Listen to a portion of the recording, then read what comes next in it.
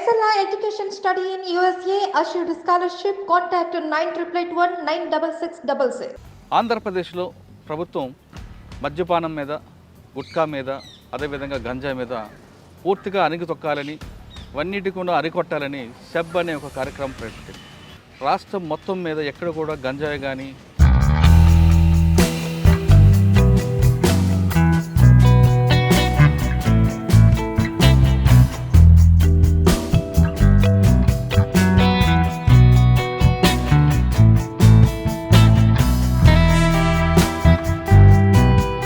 కొండ, పిడుగురాళ్ళ, మాచర్ల ఆ సర్కిల్ అంతా కూడా సిండికేట్ ఉంటుంది వైన్ షాప్లో.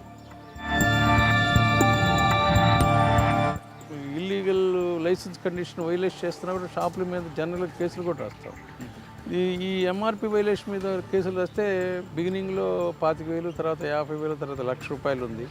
ఎందుకంటే కట్టకపోతే షాప్ క్లోజ్ చేస్తాం. సార్, బాపట్ల అనగానే మీకు సువర్ణపురం, బెద్దెలపల్లి ఈ ప్రాంతంలో గతంలో సారా కాల్చేవారు, ఆడవాళ్ళే కాల్చేవారు, మగవాళ్ళు కాల్స్తారు. సువర్ణపురం అనగానే మీకు తెలియని విషయం కాదు. వాళ్ళని మార్చడం అనేది తలకి మించిన భారం, అది అంత తొందరగా మారదు.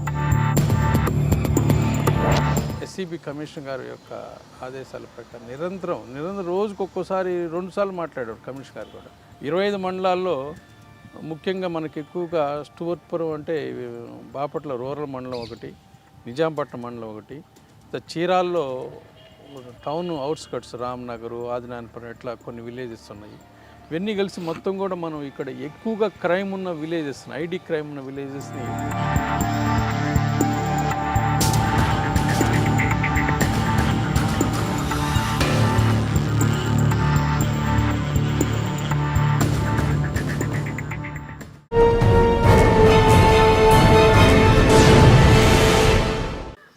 Welcome to crime diaries.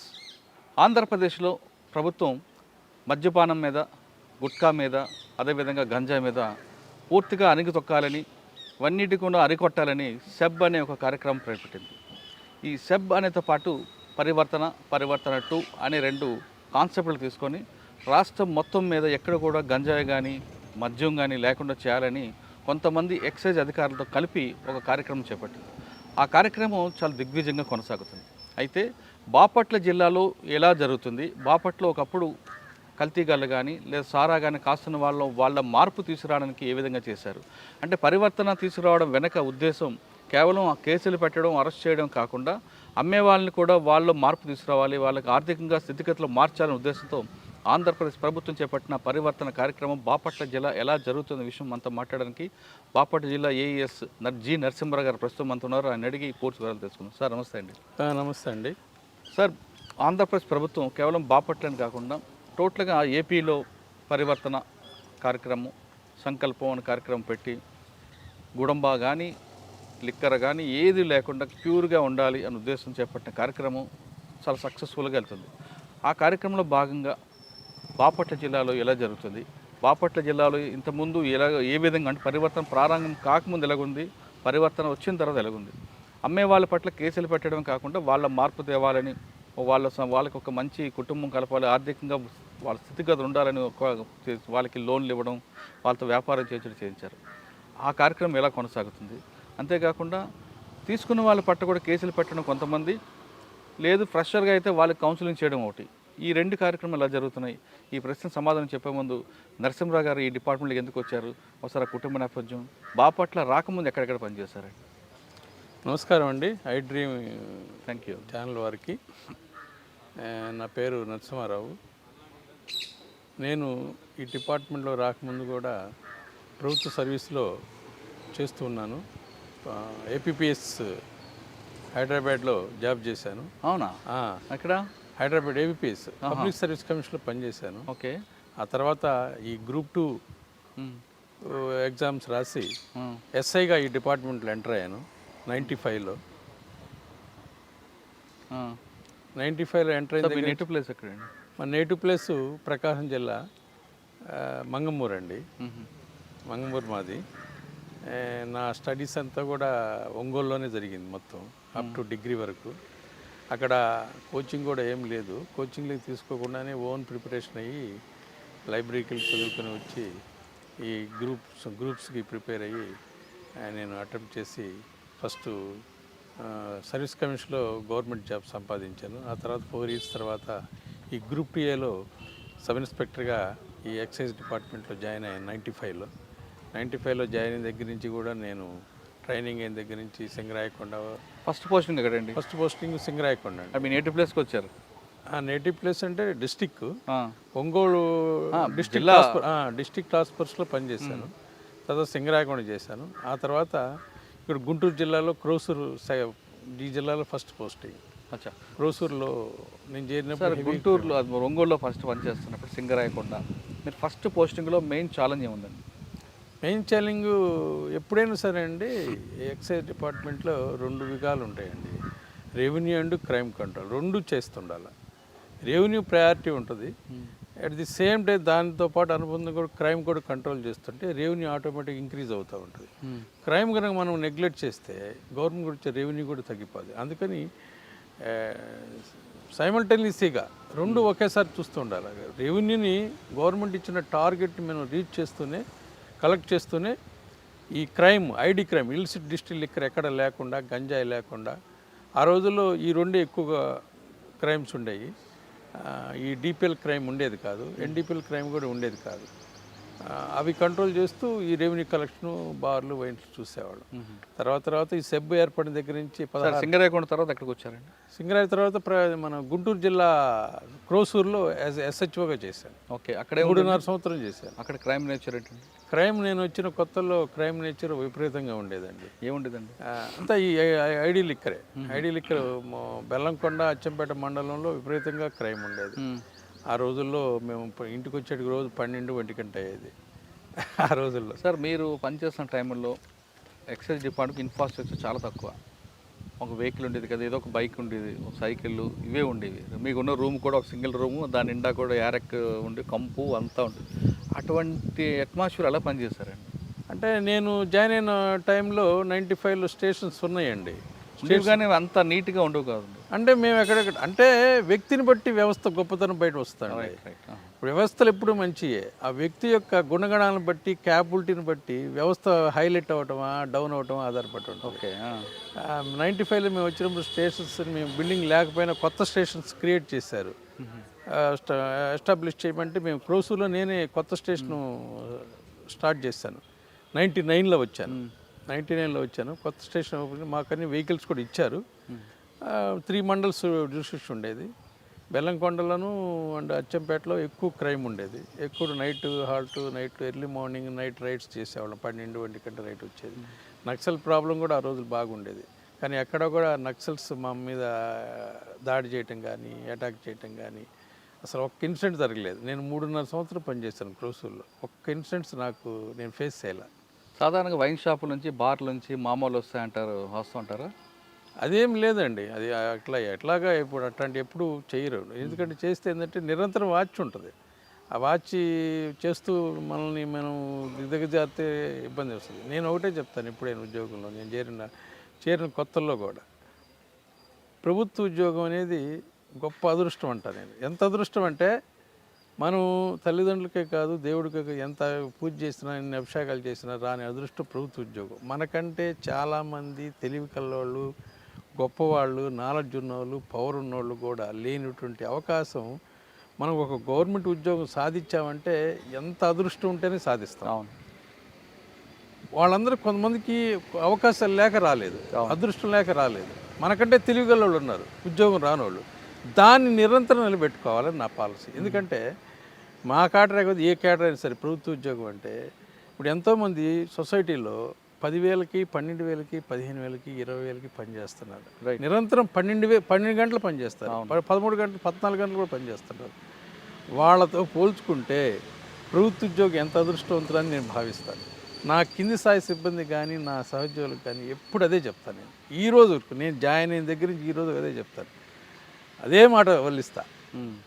మనం ఒక గుర్తింపు ఉందంటే, గౌరవం ఉందంటే, మనం అన్నం తింటున్నామంటే, సొసైటీలో ఎంత విలువ ఉందంటే ఈ ప్రభుత్వ ఉద్యోగం.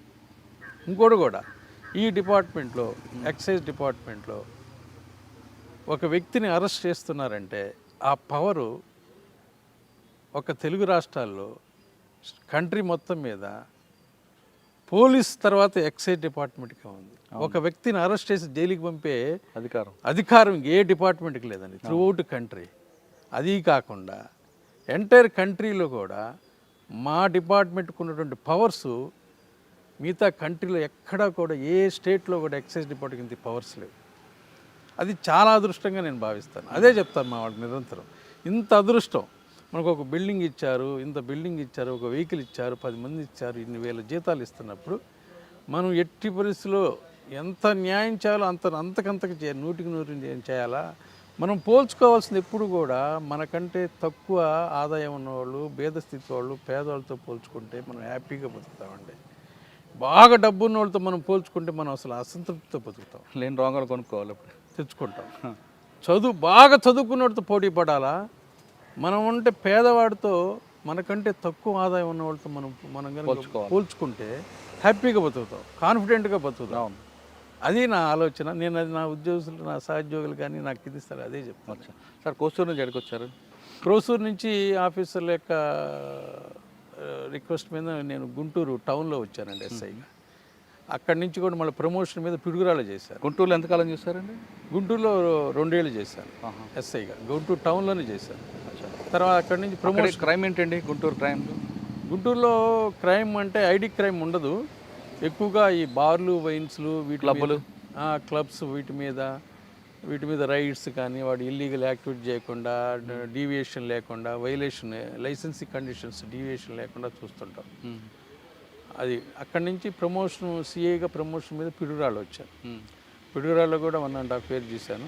అక్కడ కూడా హెవీ క్రైమ్ ఉండేది.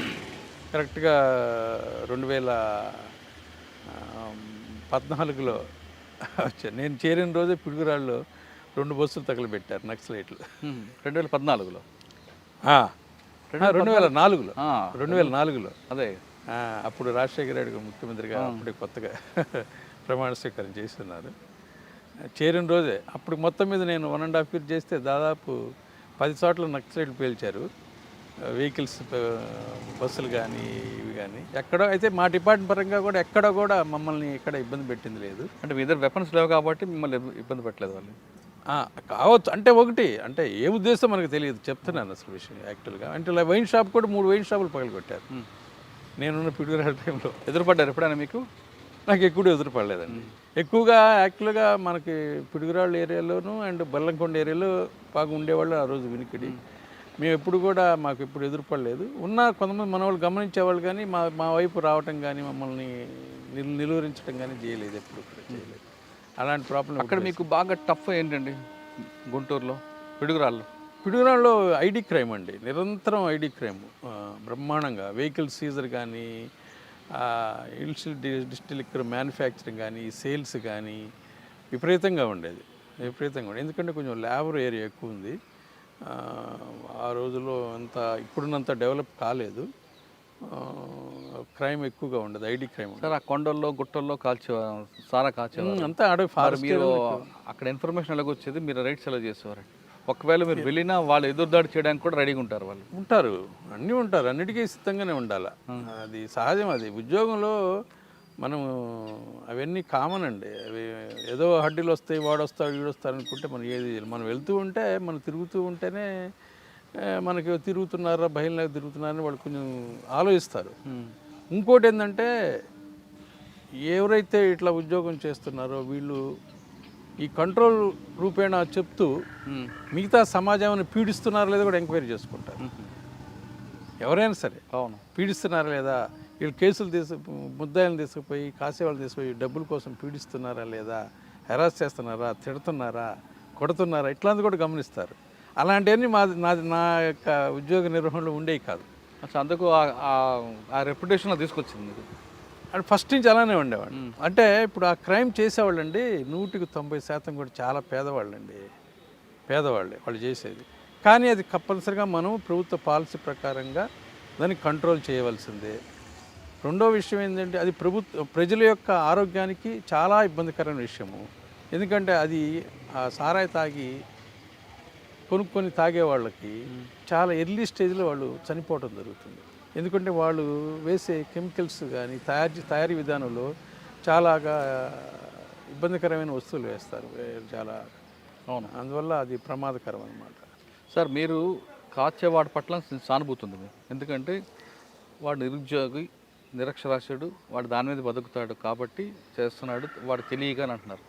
కానీ వాళ్ళ వెనక ఒక పెద్ద వ్యక్తి ఉంటాడు. మీకు దొరికేది వీళ్ళే, వాడు దొరకట్లేదు. ఎప్పుడైనా మీరు ఆ కీపింగ్ మీద ఎప్పుడైనా ఫోకస్ చేశారా? అందరినీ చేస్తామండి, అన్నీ చేస్తాం. భలే వాళ్ళు చేయకపోతే ఎలాగా?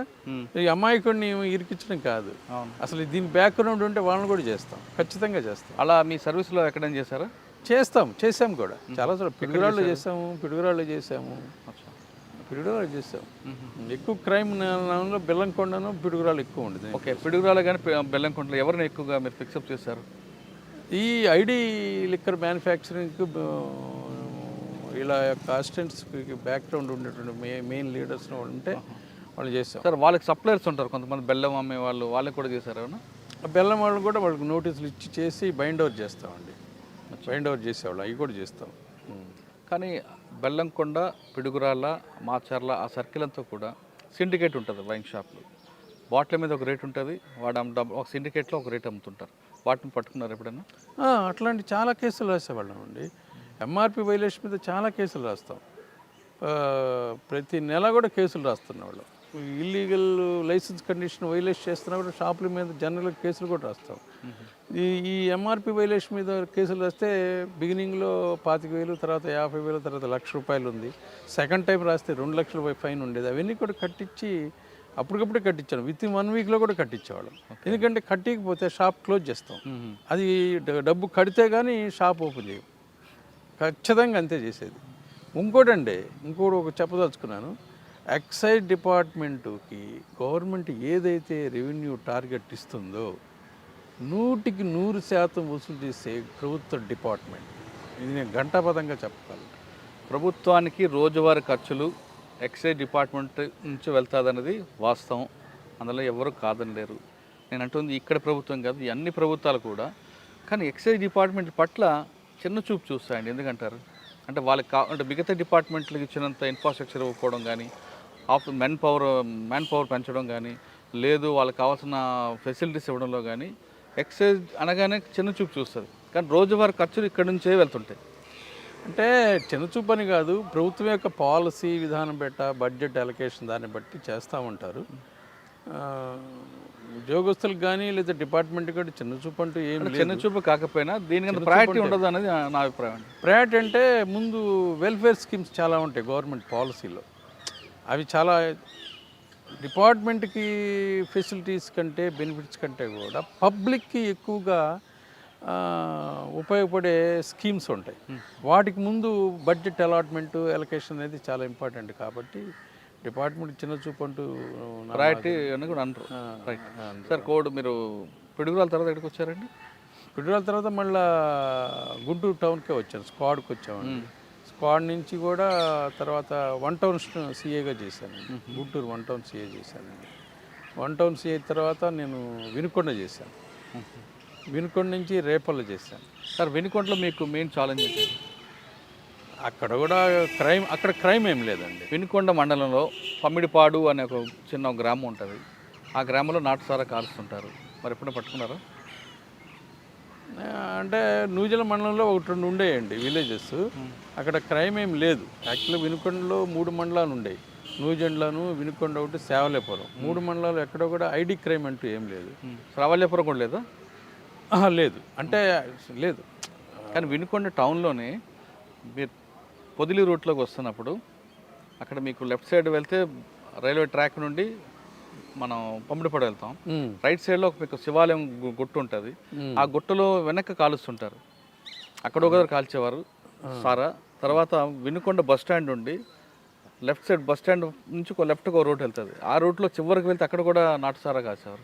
నా హయాంలో అసలు సారాయే లేదండి అక్కడ. నేను పనిచేసిన సమయంలో అక్కడ సారాయి కూడా లేదు. 100 అక్కడ నుంచి ఎక్కువ మంది తీసుకొచ్చేవారు కదా. అంటే అంతకుముందు ఉందేమో నాకు ఐడియా లేదు. నేను పనిచేసిన టైంలో అక్కడ వినుకొండ టౌన్లో కానీ ఆ పవన్పాడులో కానీ సరౌండింగ్స్ లేదు, ఏం లేదు. అచ్చా, ఓకే. వినుకొండ తర్వాత అండి? వినుకొండ తర్వాత నేను రేపల్లి వచ్చాను. రేపల్ల స్టేషన్కి చేస్తాను. అక్కడ కూడా లేదంటారా? ఇక్కడ స్పొరాటిక్గా అంటే గుడికాయలంక ఒకటి, గంగడపాలెం ఒకటి, కొన్ని లక్ష్మీపురం అట్లా ఇక్కడ కూడా చాలా లైట్గా ఉంది సారాయి. రేపల్ల అంటే అప్పుడు మూడు మండలాలు ఉండే, రేపల్ల, బట్టిప్రోలు అండ్ చెరుకుపల్లి మండలం.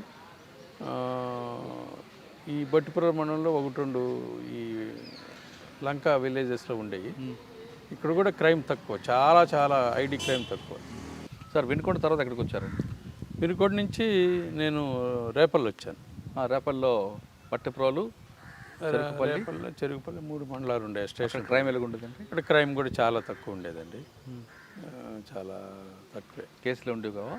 ఉండే ఇక రేర్, లిమిటెడ్. అక్కడ కమ్యూనిటీ పూర్తిగా సారా కాల్చేవారు కదండి. అంటే నా స్టేషన్ చెప్తున్నది ఒక 4-5 విలేజెస్లే ఉండే. గుడికాయ లంకని ఒకటి ఉండేది, తర్వాత అటు రేపల్ల రూరల్ మండలం ఉండేది, తర్వాత బట్టిపురల మండలంలో కొంచెం లంక విలేజెస్ ఒక 2 విలేజెస్. అది లిమిటెడ్ అండి, చాలా లిమిటెడ్, రేర్గా. అంటే ఆర్గనైజర్ క్రైమ్ కాదు, ఆగలేదు లేదు.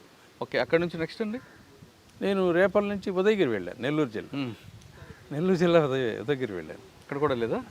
అక్కడ కూడా ఐడి క్రైమ్ లేదు, డ్రై ఏరియా అండి బాగా. ఉదయగిరి ఇప్పుడు హాట్ ఏరియా. ఆయన కూడా చాలా ముందు అనుకునేవాళ్ళు చాలా హార్డ్ ప్లేస్, టఫ్ ప్లేస్. అసలు నాకు అది హార్డ్ లేదు, టఫ్ లేదు, అక్కడ చాలా ఈజీగా ఖాళీగా ఉందారా?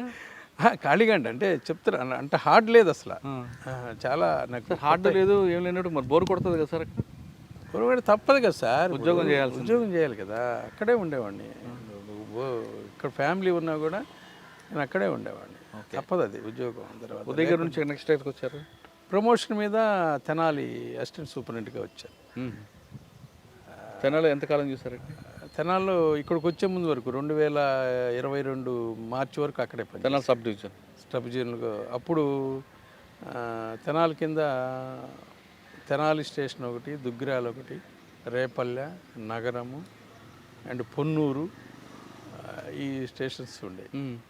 ఈ స్టేషన్ పరిధిలో మనకి క్రైమ్ ఎక్కువగా ఉండేది కూడా అప్పుడు కూడా ఉన్న దాంట్లో కొద్దిగా గొప్ప క్రైము నగరం స్టేషన్ పరిధిలో ఉండేది. ఆ నగరం స్టేషన్లో కూడా నిజాంపట్నం మండలంలో ఉండేది. ఇంకెక్కడ ఐడి క్రైమ్ ఉండేది కాదు.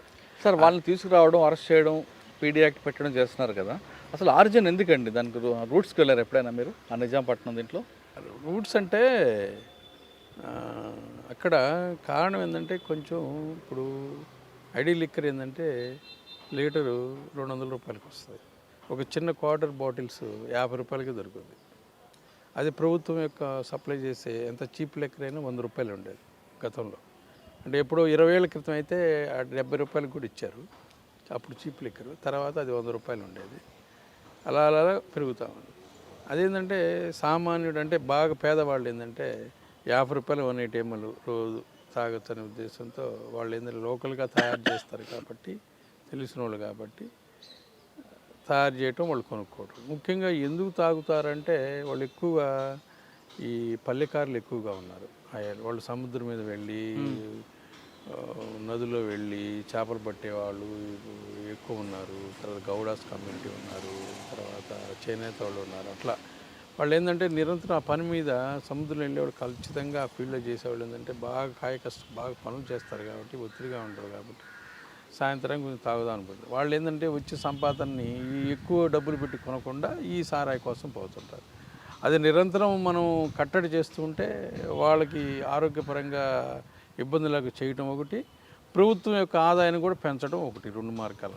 ఒక్క పని చేస్తే 2 మార్గాలుగా ప్రజలకి, ప్రభుత్వానికి, ఇద్దరికి కూడా ఉపయోగకరంగా ఉంటుంది. అలాగా డిపార్ట్మెంట్ యొక్క ఎయిమ్, అది లక్ష్యం. తర్వాత తెనాలి నుంచి రేపల్లి వచ్చారు? రేపల్లి నుంచి వచ్చారా? ఇంకా ఈ జిల్లా కొత్తగా ఏర్పడిన దగ్గర నుంచి 2022 ఏప్రిల్లో 4న ఈ జిల్లా ఏర్పడిన దగ్గర నుంచి కూడా ఈ జిల్లాకి వచ్చాం. సార్ బాపట్ల అనగానే మీకు సువట్టపురం, బెద్దెలపల్లి ఈ ప్రాంతంలో గతంలో సారా కాల్చేవారు, ఆడవాళ్ళే కాల్చేవారు, మగవాళ్ళు కాల్స్తారు. సువట్టపురం అనగానే మీకు తెలియని విషయం కాదు. వాళ్ళని మార్చడం అనేది తలకి మించిన భారం, అది అంత తొందరగా మారరు. వాళ్ళు మార్చడానికి ఏం చేశారు, వాళ్ళ మార్పు వచ్చిందా లేదా అనేది మీరు నిరంతరం వాళ్ళ మీద విజిలెన్స్ ఉందా లేదా? ఉంది. ఓకే. ఒకసారి బాపట్ల జిల్లాలో గతంలో కేసులు పెట్టుకున్న వాళ్ళు ఏ విధంగా ఉన్నారు, కేసులు పెట్టినప్పుడు వాళ్ళ జీవితాలు ఏ విధంగా ఉండేవి, కేసులు పెట్టిన తర్వాత పరివర్తన కార్యక్రమం చేపట్టిన తర్వాత బాపట్ల రెవెన్యూ అధికారులు, పోలీస్ అధికారులు, ఎక్సైజ్ అధికారులు వాళ్ళకి లోన్లు ఇచ్చి వాళ్ళ వ్యాపారం చేసినప్పుడు ఏ విధంగా వాళ్ళ కుటుంబాలు ఆర్థికంగా స్థిరపడ్డాయి అనేది ఇప్పుడు ఎవరైతే లోన్ తీసుకున్నారో వాళ్ళ మాటలు విందాం. సార్ ఇంతకుముందు మేము సరాకాసేవాళ్ళం. నా పేరు పోలా నర్మదా సార్. సార్ నాకు 3 పిల్లలు. మా భర్త చనిపోయిన తర్వాత మేము చాలా ఆర్థిక పరిస్థితిలో ఉన్నాము. తర్వాత మేము సరాకాసేవాళ్ళం. దానివల్ల కేసులు పెట్టారు ఎక్స్చేంజ్ వాళ్ళు. ఇప్పుడు మాకు లోన్లు ఇచ్చారు. దాన్ని బట్టి మేము కొంచెం పర్వాలేదు, మేము బాగానే ఉంటున్నాం. ఇప్పుడు మానేసాం సార్. మాకు ఎక్స్చేంజ్ వాళ్ళు చేసిన మేలుని బట్టి మేము ఇప్పుడు అందరూ మా కుటుంబం మొత్తం బాగానే ఉన్నాం సార్. అంటే లోన్ ఇచ్చిన తర్వాత మీరు ఏం బిజినెస్ పెట్టుకున్నారు? సార్ మేము బరిగొడ్లు కొనుక్కున్నాం. ఒక బరిగొడ్డు కొనిచ్చారు గవర్నమెంట్, మాకు బరిగొడ్డు ఇచ్చింది. దాని పాలు అమ్ముకొని మేము బతుకుతున్నాం సార్. కానీ బర్రె సంవత్సరం పొడుగు ఇవ్వదు కదా? 6 నెలలే ఇస్తుంది సార్. మాకు పింఛన్ వస్తుంది.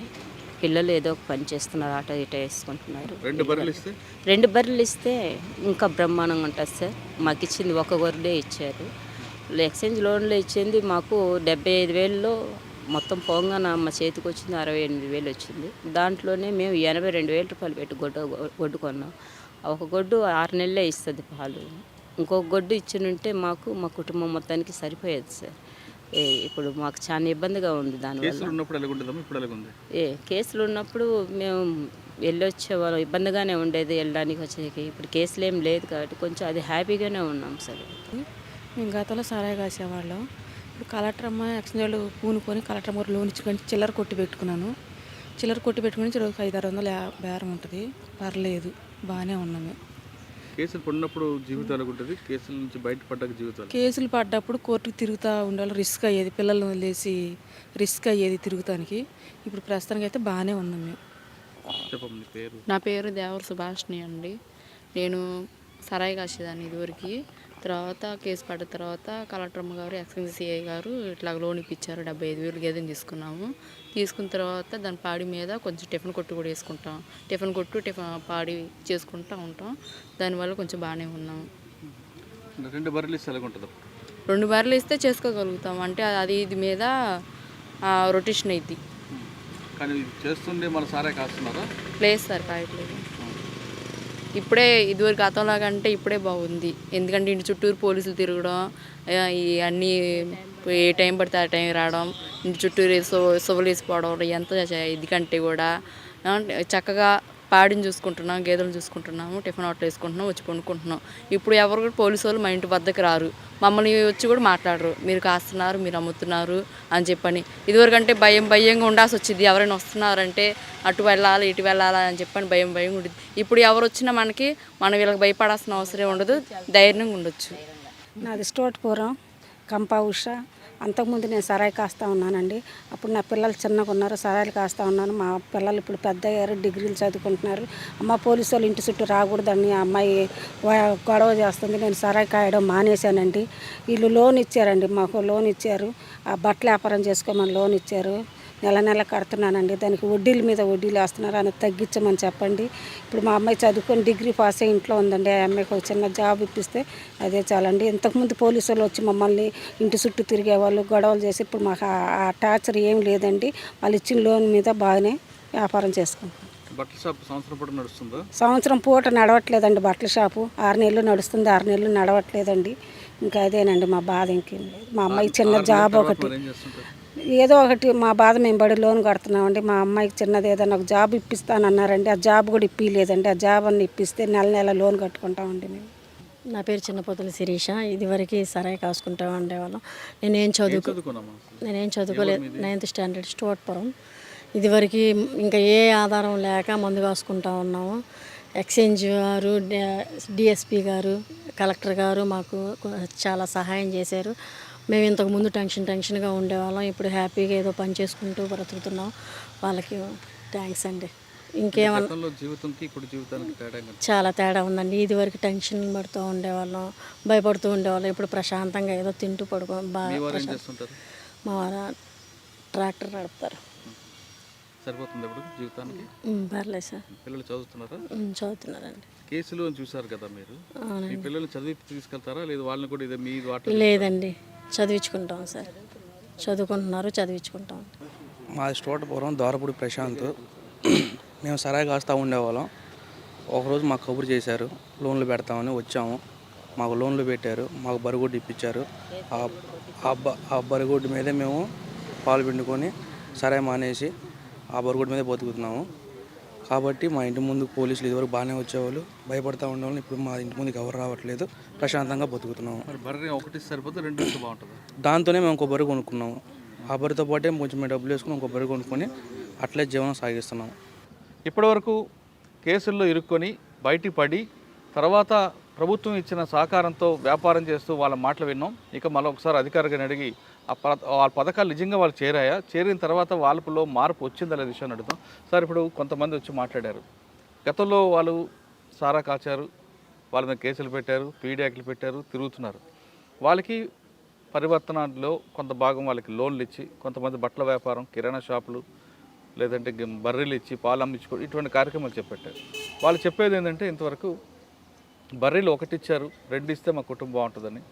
బట్టల షాపులు మూడు నెలలకే మాకు వ్యాపారం, 6 నెలలు ఖాళీగా ఉంటుంది, 9 నెలలు ఖాళీగా ఉంటున్నామని. లేదు, ఇంకొకటి కిరాణా షాపు రెగ్యులర్గా బిజినెస్ లేదని, కానీ వడ్డీలు మాత్రం బ్యాంకుల్లో కట్టాల్సి వస్తుందని వాళ్ళు ఆవేదన వ్యక్తం చేస్తున్నారు.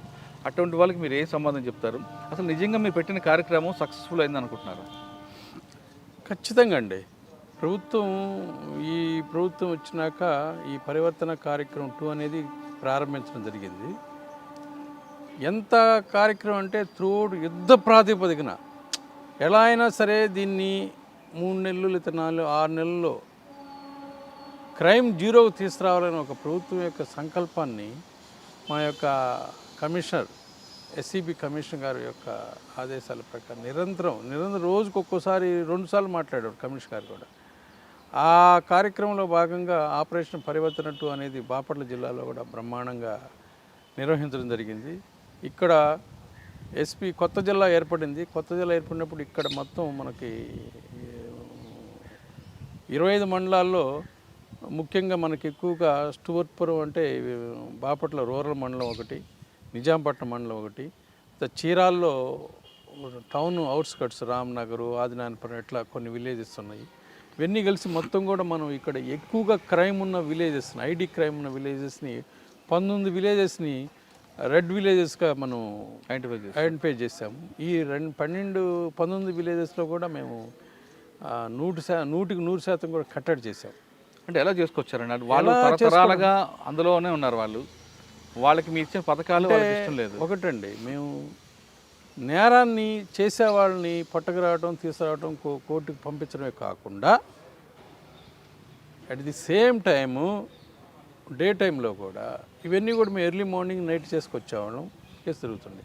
మళ్ళీ వీక్లీ థ్రైస్ ఒక మీటింగ్లు పెట్టేవాళ్ళు ఈ పల్లెల్లో, ఎక్కడెక్కడ ఈ ఐడి క్రైమ్ ఎక్కువగా జరుగుతుంది, అమ్ముతున్నారు, తాగుతున్నారు వాళ్ళ దగ్గర ఏంటంటే అవేర్నెస్ కార్యక్రమం.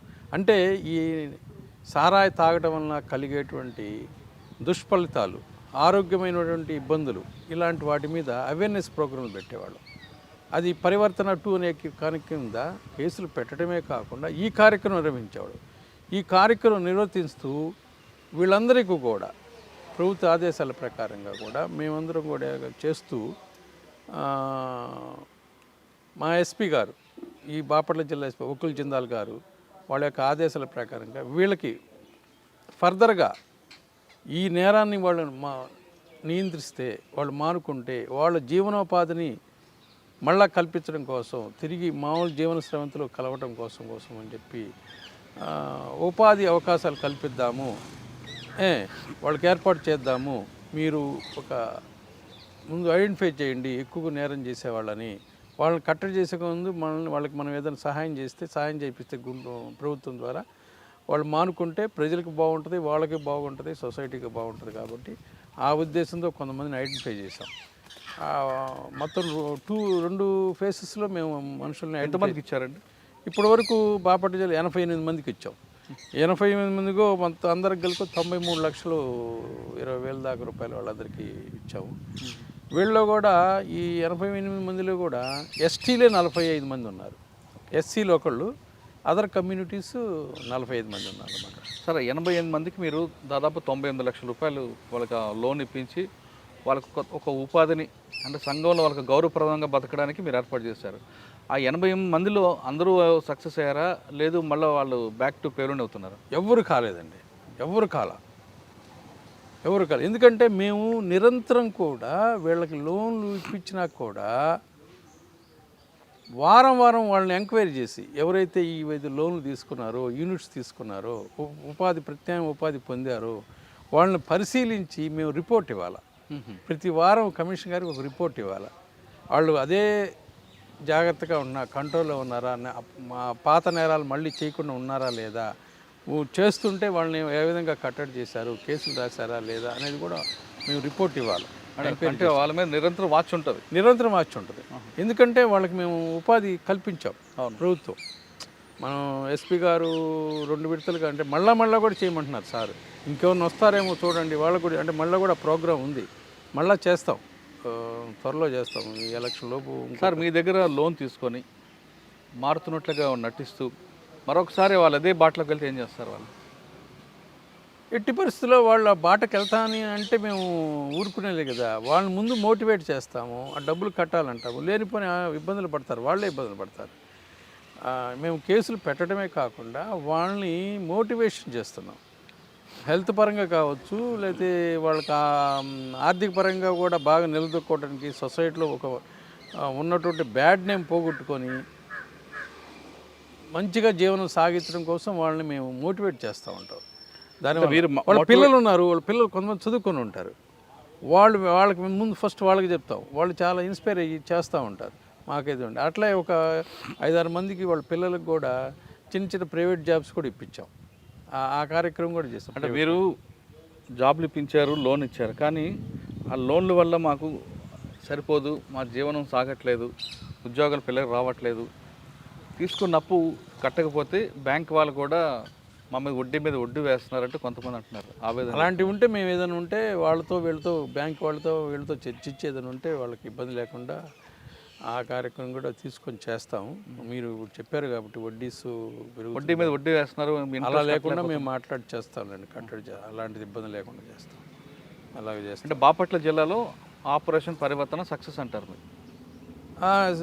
ఇది స్టేట్లో ఫస్ట్ సెకండ్ అనుకుంటారు. మేము ఈ పరివర్తన కార్యక్రమం ఇంతమందిని మేము ఇప్పించడం అనేది అది ఓన్లీ ఒక ఎస్పీ గారు ఇనిషియేషన్లో జరిగింది. వకుల్ జిందా గారి యొక్క డైనమిక్ లీడర్షిప్లో మేము పనిచేయడం జరిగింది.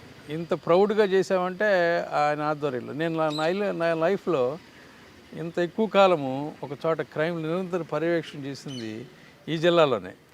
మీరు ప్రభుత్వ ఆదేశాల మేరకు మీరు వ్యక్తిగతంగా మీరు కానీ ఎస్పీ గారు కానీ మీ టీం అంతా కూడా తీసుకొని, అంటే ఒక దొంగని, ఒక క్రిమినల్ని మార్చామన్న సంతృప్తి కోసం, మారారంటే సంతృప్తి మీకే ఉంటుంది, ఆ సంతృప్తి కోసం దీనికి ఒక యజ్ఞలాగా తీసుకొని చేస్తున్నారు.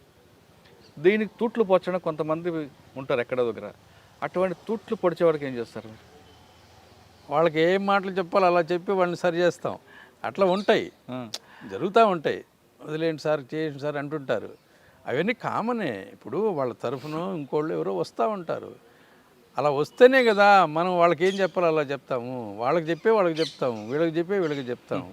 కొంతమంది రాజకీయ నాయకులు వస్తారు వాళ్ళ సపోర్ట్గా, వస్తారు, సహజం అది. ఏంటంటే ఒక కమ్యూనిటీ కావచ్చు, లేదా పార్టీ కావచ్చు, లేదా వర్గం కావచ్చు, ఇంటి పక్క వాళ్ళు కావచ్చు, రకరకాలుగా వస్తూ ఉంటారు.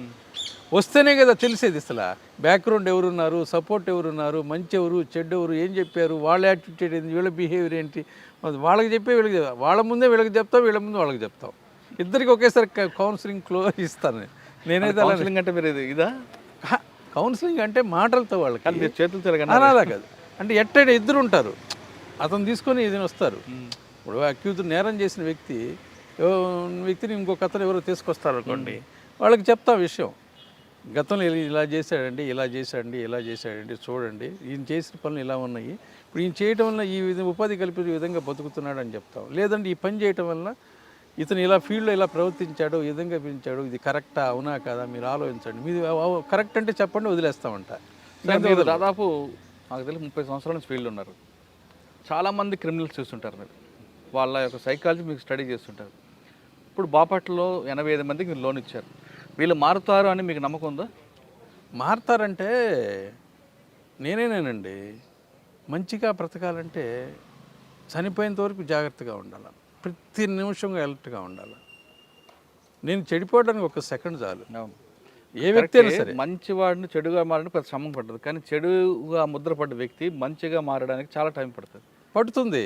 కానీ నిరంతరం పర్యవేక్షణ, మోటివేషన్ వల్ల అది సక్సెస్ సాధించవచ్చు. కానీ వాళ్ళు మీ దగ్గర లోన్ తీసుకున్నాం చెప్పేది ఏంటంటే, మేము లోన్ తీసుకున్నాం, మేము కేసులు లేకుండా ఒక మంచి జీవితానికి వెళ్ళాలనుకుంటున్నాం, కానీ సమాజం మాకు అటువైపు వెళ్ళనివ్వకుండా మాకు ఇంకా దొంగనో క్రిమినల్ అనో ముద్ర వేసింది కాబట్టి మేము మారలేకపోతున్నాం అని చెప్తున్నారు. వాళ్ళు అటువంటి మారలేకపోవడం అంటే వాళ్ళు ఈ క్రైమ్లోకి వస్తేనే మేము పరిశీలిస్తాం.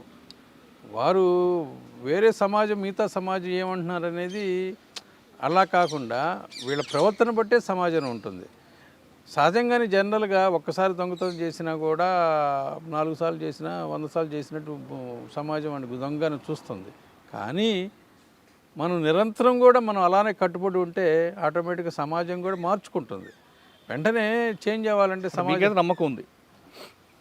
అది వ్యక్తి యొక్క క్యారెక్టర్ని బట్టి ఉంటుందండి. ఇక్కడ మీరు 85 మందిని చూస్తారు కదా, వాళ్ళు మారుతారని మీకు నమ్మకం ఉంది. మారితేనే కదా వాళ్ళు ఇంతవరకు చేయకపోవడానికి కారణం ఎందుకు? వాళ్ళు నిరంతరం పర్యవేక్షణ చేస్తుంటేనే అలా ఉంటారు. పర్యవేక్షణ చేయలేదనుకోండి, జనరల్గా గైడెన్స్ ఉండదండి, వాళ్ళకి ఎడ్యుకేషన్ ఉండదు, గైడెన్స్ ఉండదు. అలాంటి వాళ్ళని ఏంటంటే నిరంతరం గైడెన్స్ని, ఎడ్యుకేషన్ చేస్తుంటేనే వాళ్ళు దారిలోకి వస్తారు. ఎందుకంటే ఇలిసిట్ ఉంటారు, ఆర్థిక పరంగా తక్కువ ఉంటారు, సపోర్టింగ్ లేకపోవచ్చు, ఇట్లా రకరకాల కారణాలు ఉంటాయి. అలాంటి వాళ్ళకి ఏంటంటే ఆ సాటిస్ఫాక్షన్ ఏంటంటే మాలాంటి వాళ్ళకి, మాలాంటి డిపార్ట్మెంట్ వాళ్ళకి ఇట్లా చేసామనుకోండి, అన్నిటికంటే గొప్ప సంతృప్తి ఇలాంటివే. కరెక్టే. క్రైమ్లో ఉన్నప్పుడు వాళ్ళు చాలా విలాసవంత జీవితాన్ని అనుభవించారు. క్రైమ్లో ఉన్నప్పుడు తర్వాత జైలుకి వెళ్ళారు వేరే విషయం. ఒక నేరం చేసిన తర్వాత వాళ్ళు వచ్చిన డబ్బులతో చాలా విలాసవంతం ఉండేవారు. ఇప్పుడు మీరు కష్టపడి సంపాదించుకొని కుటుంబంతో హాయిగా ఉండి మీరు చెప్తున్నారు. కష్టపడడానికి అలవాటు పడిన కొన్ని శరీరాలు విలాసవంత జీవితానికి అలవాటు పడ్డ వాళ్ళకి మీరు ఇచ్చే సమాధానం ఏంటి? ఇప్పుడు మీరు అన్నారు క్రైమ్ చేస్తూ హ్యాపీగా ఉన్నారు.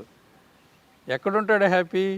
ఎక్కడో ఒక భూగృహంలో కూర్చొని తాగాల్సిందే, ఎంజాయ్ చేయాల్సిందే. బహిరంగ రాలేడుగా, చేయలేడుగా. నాకు అలవాటు, నా ప్రపంచం అంటాడు.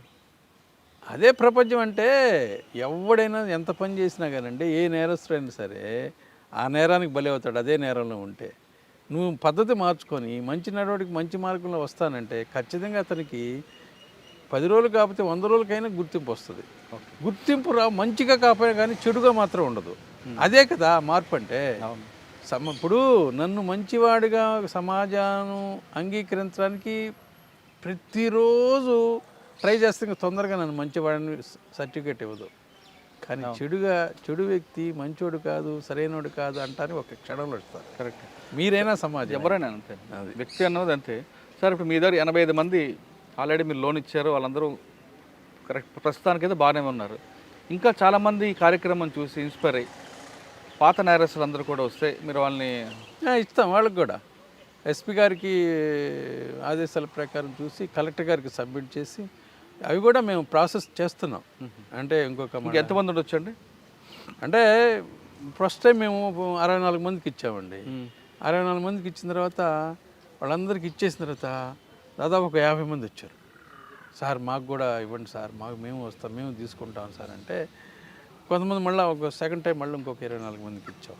అంటే మళ్ళీ కొంతమంది వచ్చారు. అయితే వాళ్ళందరికీ కూడా బ్యాంకు సిబిల్ స్కోరు లేదు, డోక్రా గ్రూపులో మెంబర్షిప్, ఇట్లాంటి కొన్ని చిన్న కారణాలతో వెంటనే ఇవ్వలేకపోయాం. అవన్నీ మీరు సరి చేసుకురండి, మీకు ఇప్పిస్తామని చెప్పాం.